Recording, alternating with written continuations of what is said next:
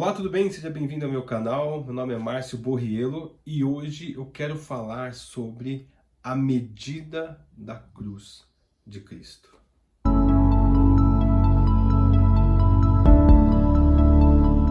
É isso mesmo, hoje você vai descobrir qual era a medida da cruz de Cristo. Mas antes de nós entrarmos no vídeo, eu queria convidar você a se inscrever no canal se não for inscrito.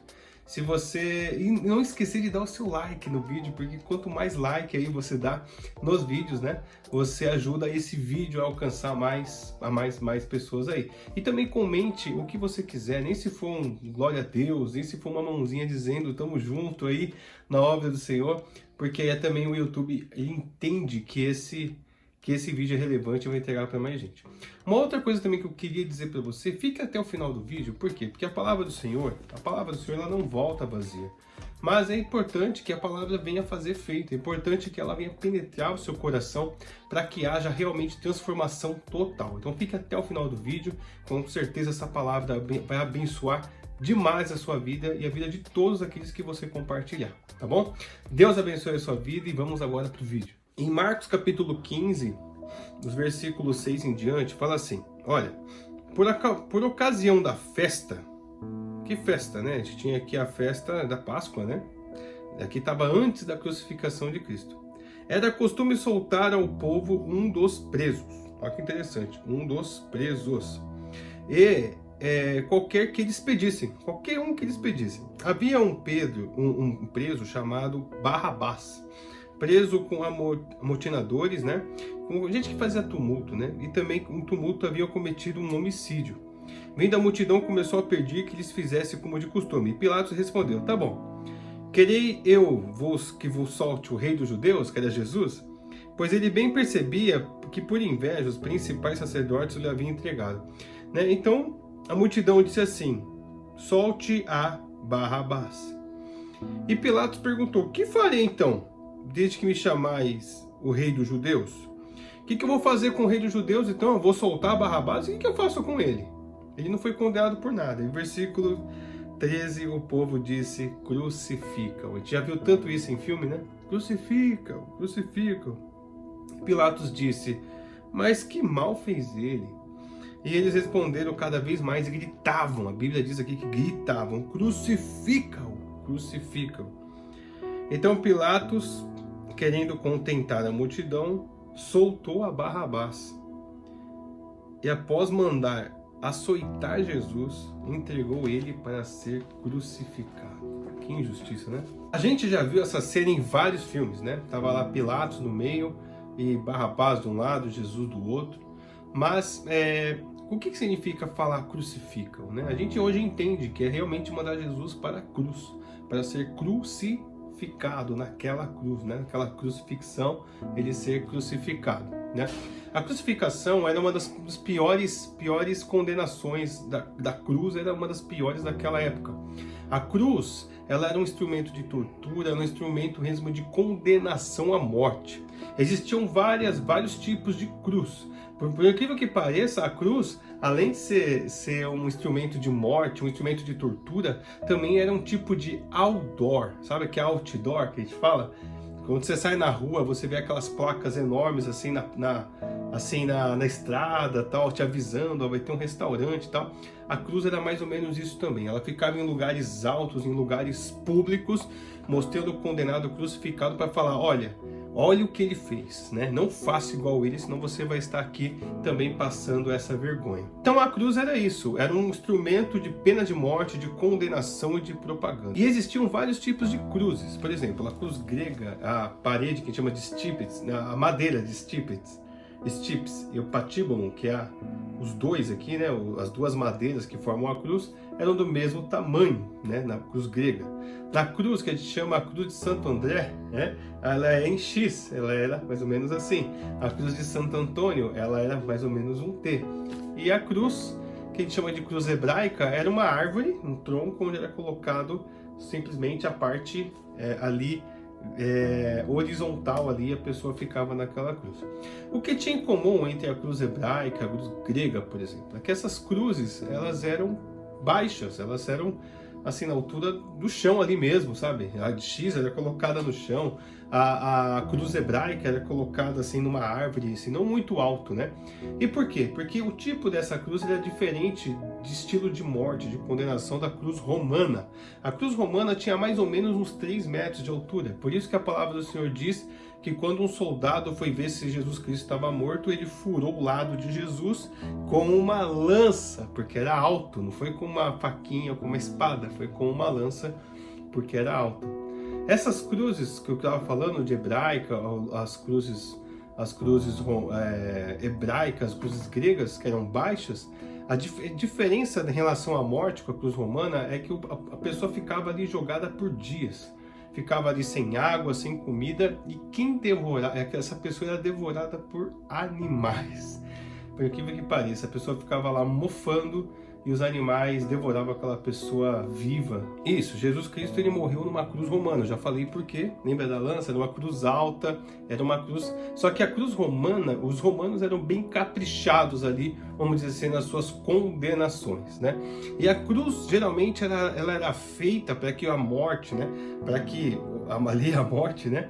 Daquele condenado fosse feito com sucesso dentro dos parâmetros romanos ali, a cruz ela era feita na medida do condenado. Isso mesmo, era na medida do condenado. E aí, se você for analisar na palavra do Senhor, em algumas passagens, como em Mateus 27, Marcos 15, Lucas capítulo 23, ou João capítulo 19, a gente vê aqui alguns personagens que faziam parte desse momento pré-crucificação, antes da crucificação. A gente tem Pôncio Pilatos, que era o governador da Judéia. A gente tem o Sinédrio, que eram os líderes, né, os líderes ali judeus que realmente queriam levar Jesus à morte. Existia também Barrabás. Olha que interessante, Barrabás, que era assassino, ladrão, líder de vários tumultos e perseguia ali os romanos. E a gente tinha também Jesus Cristo, que era o Salvador. Esses eram os personagens que estavam ali pré-crucificação. E a gente poderia entender um pouquinho mais de cada personagem. Pôncio Pilatos era o grande decisor. A sua palavra era a palavra decisória para condenar ou livrar Jesus. Quando a gente fala do Sinédrio, a gente fala do tribunal dos judeus, né? Onde tinha ali os sacerdotes, escribas, os anciãos, etc. E um fato importante sobre isso é que a Páscoa não era uma época de ficar condenando pessoas. Então é por isso que Barrabás e os seus cúmplices que estavam sendo condenados ali bem na véspera da Páscoa, era talvez um caso à parte. Isso daí não era comum acontecer, era algo especial, era realmente algo, quando eu falo especial, que era algo muito importante. A condenação de Barrabás, a condenação dos seus cúmplices, a crucificação era algo muito importante para ser feito mesmo no período ali pré-Páscoa. E a gente tem aqui algumas informações sobre Barrabás. Primeiro, Barrabás, pelo menos em alguns livros aí de estudos bíblicos, alguns dizem que ele foi nascido em Jope, que ele era remador, ele trabalhava ali com barcos, que ele não pagava impostos, que ele era um revoltador contra os romanos, tinha ali uma questão meio política de ir contra o Império Romano. Ele atacava as guarnições romanas e roubava tudo que tinha nelas. E uma coisa interessante, ele fazia muitos tumultos e assassinatos com seus parceiros. A tradição, Barrabás tinha 2 cúmplices ali, um chamava-se Dimas e o outro chamava-se Gestas. Claro, na tradição tem esses nomes aí. Foram aqueles que iam ser condenados juntos ali com Barrabás por ter feito vários tumultos a guarnições romanas e ter acontecido várias mortes, vários assassinatos nesses tumultos. Agora eu quero que você se imagine essa situação que aconteceu com Jesus ali, né? O povo dizendo, crucifica, o Pilatos tentando livrar Jesus de todo quanto é jeito. Pilatos tentou em 3 vezes livrar Jesus e o povo não queria livrar Jesus da morte. E agora eu queria que você analisasse tudo isso que está acontecendo ali naquele momento. Imagina ali nos filmes, né, que a gente já assistiu, Paixão de Cristo, né, Evangelho segundo João, vários filmes que passam sobre isso. Imagine você lá, ali naquele momento, pelo ponto de vista de Barrabás. Imagine, Barrabás estava ali muitas vezes preso já no corredor da morte. Ele sabia que o único destino dele era a morte, e a morte de cruz. É interessante que se você for ver a palavra Abba, significa pai. Se você conhece um pouco da Bíblia, você sabe que Abba é pai. E você sabe que a palavra, às vezes, Ben, ou Bet, ou até mesmo Bar, pelo menos o que eu não sou perito em hebraico, mas pelo que eu já estudei, significa filho. Por exemplo, a gente vê um homem que era chamado de Bar Jesus, lembra na palavra do Senhor? E na época de Paulo ali, em Atos, tinha um homem chamado Bar Jesus, filho de Jesus, né? Então aqui, Abba, Bar, Rabás, o nome dele significava filho do pai. Filho do pai. A gente começa a entender aqui algumas coisas, né? Que o filho do pai estava aqui na sua prisão com o único destino já traçado. O destino do filho do pai era simplesmente a morte, e a morte de cruz. Com certeza, naquela época da Páscoa, não tinha muito tempo para... Ninguém ia crucificar ninguém no domingo de Páscoa. A Páscoa, sexta-feira, pensa bem, sexta-feira ali, onde Jesus estava ali quase para ser já condenado à morte. Na sexta-feira, mais ou menos 7 horas da noite, já acabava a sexta-feira, vamos dizer assim, para os judeus. Sábado ninguém trabalhava e domingo era Páscoa. Não tinha como crucificar Jesus no sábado. Não tinha como crucificar Jesus no domingo. Não tinha como livrar Jesus, porque poderia Pilatos livrá-lo e depois não condená-lo mais. O Sinédrio, ele só tinha aquele momento para condenar Jesus. O povo que queria condenar Jesus só tinha aquele momento. E Barrabás só tinha aquele momento para ser livre. Barrabás, ele ia ser morto nessa sexta-feira aí, essa sexta-feira pré-Páscoa. Era certeza, ele já estava condenado no corredor da morte e a cruz já era do tamanho dele. É aí que eu queria te falar qual que era a medida da cruz de Jesus. Eu não sei em centímetros qual era a medida da cruz de Jesus. Eu não sei em metros qual era a medida da cruz de Jesus. Mas uma coisa eu sei. Era na medida do tamanho de Barrabás. Era da medida do tamanho do filho do pai. E olha que interessante, quem que Barrabás representa como filho do pai? O filho do pai que se rebelou. O filho do pai que cometeu assassinato, o filho do pai que viveu errado, que viveu condenado, estava condenado à morte. Quem que Barrabás simboliza? Ele simboliza eu e você. Nós que somos, que éramos filhos do pai, mas vivíamos presos em nossos pecados, no corredor da morte, com um destino certo para sermos mortos pelos nossos pecados, para pagarmos para sempre, vivermos longe de Deus por causa dos nossos pecados. Havia uma cruz do tamanho da gente, havia uma condenação do tamanho da gente, do tamanho dos nossos pecados, no peso dos nossos pecados. A cruz, a condenação era do tamanho dos meus pecados. Muito maior do que eu podia suportar, mas era aquilo que eu e você merecia. Mas aí, oh glória, mas aí, apareceu um homem, esse homem também Deus, e esse homem era perfeito, ao ponto de Pilatos lavar as suas mãos e falar, eu lavo as minhas mãos porque ele é inocente.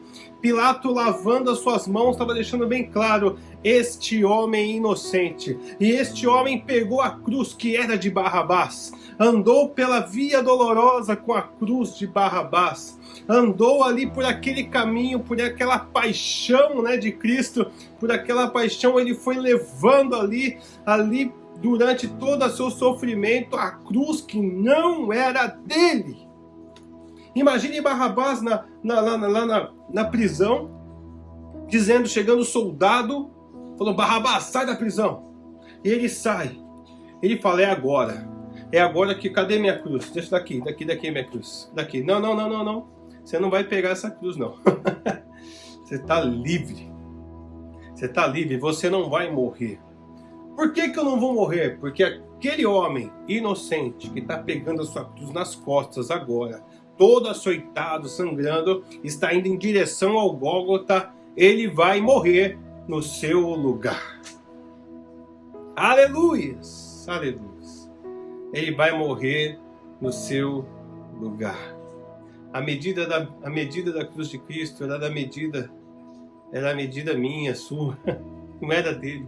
Jesus não merecia nenhuma cruz. Jesus não tinha nenhum pecado. Jesus não tinha nada que o condenasse, mas eu e você tínhamos muita coisa, muitos pecados que nos condenavam perante o nosso juiz, que é o nosso Pai, o nosso Deus. Olha que interessante, o Filho de Deus, ele tomou o lugar do Filho do Pai. O Filho do Pai que eu estou falando sou eu e você, que éramos para ser filhos de Deus. Oh glória! Mas éramos criaturas, apenas filhos do Pai que desviamos da vontade do Pai.